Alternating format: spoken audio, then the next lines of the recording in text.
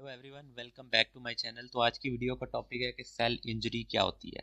अगर फ़र्ज़ किया कोई भी नॉर्मल सेल है उसके ऊपर आप इस तरह का या इतना ज़्यादा मिकदार में स्ट्रेस डालेंगे जिसे वो विथस्टैंड नहीं कर सकता, तो एट द एंड रिज़ल्ट हमारे पास क्या होगा, उसकी वजह से सेल इंजरी काज होगी। अब सेलुलर इंजरी जो है हमारे पास दो तरह की होती है, एक है रिवर्सिबल सेल इंजरी और एक है इरिवर्सिबल सेल इंजरी।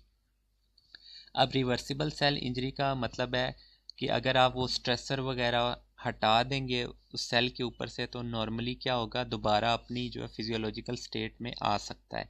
इसमें सेल डेथ नहीं होती। अगर फ़र्ज़ किया कोई ऐसी कंडीशन है जिसके अंदर हमारे पास स्ट्रेस इतनी ज़्यादा मिकदार में बढ़ गया है कि जो सेल है नॉर्मली वो दोबारा अपनी फिजियोलॉजिकल स्टेट में नहीं आ सकता, तो उसको हम बोलते हैं इरिवर्सिबल सेल इंजरी, जिसके अंदर हमारे पास क्या होगी, सेल डेथ होगी।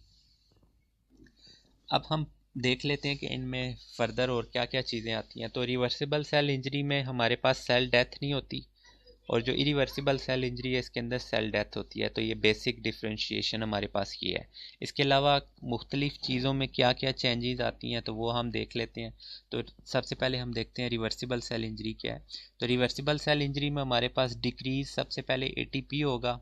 एटीपी प्रोडक्शन हमारे पास डिक्रीज़ हो सकती है बाय मींस ऑफ इस्कीमिया आप ले लें, या कोई भी और वजह हो सकती है। तो जब एटीपी की प्रोडक्शन कम होगी तो उसकी वजह से हमारे पास एक्टिविटी ऑफ सोडियम, पोटाशियम और कैल्शियम जो पंप्स हैं हमारे पास, उनकी एक्टिविटी स्लो डाउन हो जाएगी। इसकी वजह से हमारे पास सेल क्या होगा, स्वेल कर जाएगा। अब जाहिर बात है, जब सोडियम और पोटाशियम, सोडियम इन नहीं हो रहा, पोटाशियम आउट नहीं हो रहा, उसकी वजह से हमारे पास क्या होगा, यही सोडियम जो है वाटर को अपने साथ जो है एक्स्ट्रा सेलुलर इन्वायरमेंट है उससे लेके सेल के अंदर आ जाएगा, और जिसकी वजह से हमारे पास क्या होगी, सेलुलर स्वेलिंग होगी। अब ये सेलुलर स्वेलिंग जो है हमारे पास क्या है, अर्लीस्ट मॉर्फोलॉजिकल मैनिफेस्टेशन है। तो अगर कोई एमसीक्यूज़ में आपसे पूछेंगे earliest morphological manifestation reversible cell injury की कौन सी है, तो वह है सेलुलर स्वेलिंग। इसके अलावा हमारे पास राइबोसोमल या पोलिसोमल डी अटैचमेंट भी होगी, जिसकी वजह से डिक्रीज प्रोटीन सिंथेसिस होगी हमारे पास। इसके अलावा प्लाज्मा मेम्ब्रेन में चेंजेस क्या हमारे पास शो होंगी, तो हमारे पास ब्लैब फॉर्मेशन हो जाएगी। ब्लैब कुछ इस तरह के नज़र आते हैं, जो हमारे पास नॉर्मली सेल अगर इस तरह का नज़र आता तो अब सेल क्या होगा, हमारे पास स्वेल अप उसकी मेम्ब्रेन करके बाहर की साइड पे जब स्वेल अप करेगी तो उसको हम क्या बोलेंगे, ब्लैब फॉर्मेशन। ठीक है। इसके अलावा न्यूक्लियर चेंजेस में हमारे पास क्या होगा, क्रोमेटिन क्लम्पिंग होगी, रैपिड लॉस ऑफ फंक्शन होगा। Example, myocardial cells are non contractile after 1 to 2 minutes of ischaemia. तो माइलिन फिगर्स में हमारे पास क्या होगी, एग्रीगेशन ऑफ पेरोक्सिडाइज लिपिड्स। तो ये कुछ एक चंद एक चेंजेस हैं जो आपने याद रखनी है। याद क्या रखनी है, आपने रट्टा मारना है, सीधी सी जो बात है। इरिवर्सिबल सेल इंजरी में हमारे पास क्या है, break down of plasma membrane होगी, उसकी वजह से साइटोसोलिकल एंजाइम्स, एग्जांपल जैसा कि ट्रोपोनिन होगा, वो हमारे पास लीक आउट करेगा सेल से। Influx of calcium, activation of degradation enzymes. अब जाहिर बात है हमारे पास सेल के अंदर जो है डिग्रेडेशन एंजाइम्स जो हैं वो पहले से मौजूद होते हैं, सिर्फ अगर उनका लीक आउट करेंगे, सेल के अंदर जाएंगे तो सेल की डिस्ट्रक्शन का काज बनेंगे।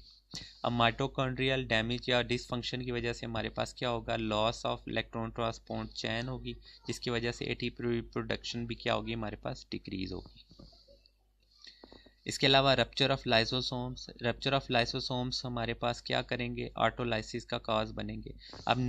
अब असल जो इरिवर्सिबल सेल डेथ में हमारे पास चेंजेस आती हैं वो क्या होता है, न्यूक्लियस।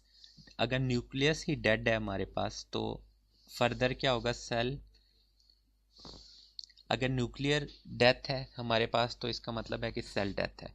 अब न्यूक्लियस की डेथ हमारे पास किस तरह हो सकती है, तो उसके लिए तीन हमारे पास दिए हुए हैं इन्होंने।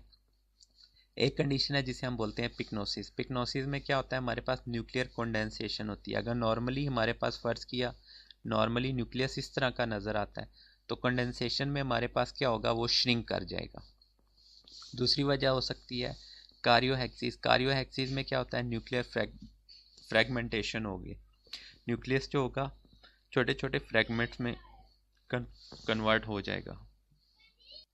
और तीसरी वजह हो सकती है हमारे पास क्या, कार्योलाइसिस। कार्योलाइसिस में क्या होगा, पूरा न्यूक्लियस ही है जो क्या होगा, हमारे पास डिज़ोल्व हो जाएगा। तो यहाँ पे हमारे पास कोई भी मुकम्मल अगर डिज़ोल्व हो जाएगा तो कार्योलाइसिस है, अगर फ्रेगमेंट्स में कन्वर्ट हो जाएगा तो कार्योहेक्सिस होगा, और अगर कंडेंस हो जाएगा तो उस कंडीशन को हम बोलते हैं पिक्नोसिस। इसके अलावा एमॉर्फिस डेंसिटीज या इंक्लूजन इन माइटोकॉन्ड्रिया भी हमारे पास जो इरिवर्सिबल सेल इंजरी है उसमें नज़र आएंगी हमें। तो ये थी आज की वीडियो। मुझे उम्मीद है आपको ये वीडियो पसंद आई होगी। इसमें समझने वाला कम ही और रट्टा मारने वाला ज़्यादा कॉन्सेप्ट है। तो अगर आपको किसी किस्म का फिर भी कोई मसला पेश आता है तो मुझे आप कमेंट सेक्शन में मुझसे पूछ सकते हैं।